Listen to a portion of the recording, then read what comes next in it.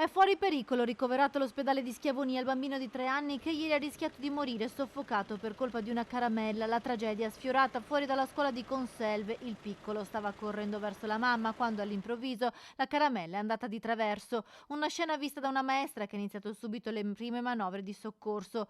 Per fortuna sul posto c'era anche un infermiere soccorritore del servizio di ambulanze pronto Conselve che era andato a prendere a scuola la figlia. Vidi il bambino tra le braccia di una docente che iniziava le manovre di Heimlich.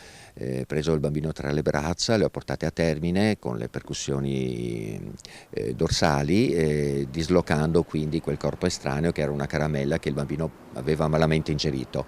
Ancora una volta la manovra di Heimlich fatta tempestivamente è stata fondamentale per salvare una vita. Qualsiasi corso di primo soccorso possiamo apprendere quelle piccole manovre che diventano poi fondamentali come questa nel disostruire le vie aeree, in questo caso di un bambino piccolo, dove andiamo a percuotere tra le scapole con un'azione decisa dal basso verso l'alto, lateralmente al collo, più volte per appunto esercitare questa compressione per espellere il corpo estraneo dalle vie aeree del bambino.